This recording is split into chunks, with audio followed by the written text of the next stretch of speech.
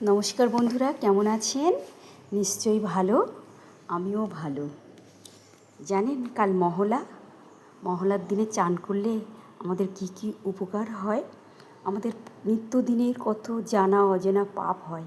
মহলায় স্নান করলে ওই পাপ থেকে আমরা মুক্তি পাই। তার থেকে আরেকটা তর্পণ, মানে আমাদের পূর্বপুরুষরা যখন ইহলোকে যায়, 1 বছর অপেক্ষা করে আমরা কবে গিয়ে তর্পণ করব, ওই দিনে ওরা এসে জল পায়। ওদের অতৃপ্ত আত্মা জল খাওয়ার জন্য মানে কষ্টে থাকে, আর ওই দিনে আমরা জল দান করলে ওদের সেই জলটা ওরা পায়। যাই হোক, আমার আজকে কাল ঠাকুর ভাসান করে তো 1টা বেজে গেছে, উঠতে দেরি হয়ে গেছে। এই একটা তরকারি করেছি, আর এই রুটির দই মিষ্টি আছে, খাবে। আর এই নিম পাতা দিয়ে বেগুন, নিম পাতা পাড়তে গিয়ে এই নিম পাতা পাড়তে গিয়ে এই তেলাকুচু, এত ভালো উপকারী জিনিস না, আপনাদের বললে হবে না।